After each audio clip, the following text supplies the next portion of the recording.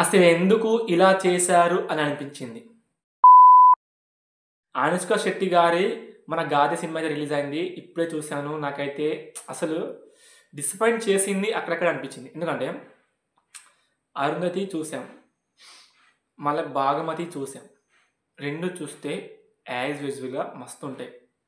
అది మీరు చూసారు. సో, నాకు నచ్చని పాయింట్స్ ఏంటంటే ఈ స్టోరీ ఏంది? ఒక విలేజ్‌లో సాగుతున్న స్టోరీ.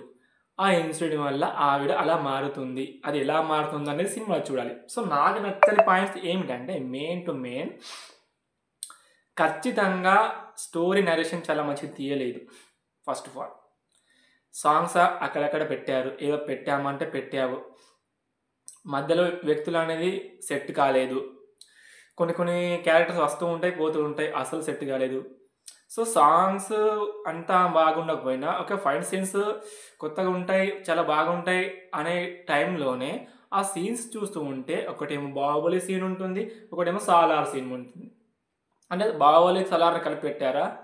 ఒక్కొక్క షాట్ చూస్తూ ఉంటే ఇప్పుడు 'సలార్' మన 'ప్రభాస్' అన్న ఎలా అయితే ఇలా నరికేస్తాడో యాస్ యూజువల్ సేమ్ నరికేస్తాడు. సేమ్ ఫైటింగ్ మాస్టర్స్ లెక్క అనిపిస్తుంది. అంటే 'సలార్' ఉన్న ఫైటింగ్ మాస్టర్సే దీంట్లో పనిచేస్తారా? లేకుంటే కాపీ తీసి పెట్టారా? ఇంకా 'బాహుబలి' సీన్‌లో ఒక చిన్న క్లిప్ ఉంటుంది. అక్కడ తలకాయ ఇట్లా పట్టుకొని వస్తూ చూపెడుతుంది. అప్పుడు 'బాహుబలి' దగ్గర కొడతాడు 'బాహుబలి'. సో, అదే సీన్‌ని రీక్రియేట్ చేసి ఇక్కడ పెట్టారు. అసలు చెత్త, అసలు చెత్త అనిపించింది నాకైతే. ఎందుకంటే అలా తీయకపోవడం ఎందుకు? కొత్తగా ఐడియాస్ రావా? సో, 'సలార్' సీన్స్ అక్కడే పెట్టడెందుకు? ఆ 'బాహుబలి' సీన్ పెట్టడెందుకు? చూసిన సీన్ మళ్ళీ పెట్టడెందుకు? దానికి ఇంత పెద్ద హవా చేయడం ఎందుకు? లేడీ ఓరియెంటెడ్ సినిమా అంటే 'అరుంధతి' అండ్ 'భాగమతి' వేరే లెవెల్ ఉంటాయి అసలు. అంటే కొంచెం ఫ్రిక్చువల్‌గా చూస్తూ ఉంటే దయ్యాలుంటాయి, అవి ఉంటాయి అని భయం ఉంటుంది కానీ, ఆ సినిమాల కంటే వేరే ఏ సినిమాకు తగ్గలేదు. ఈ సినిమా కూడా తగ్గరాదు నాకది. నచ్చలేదు నాకది.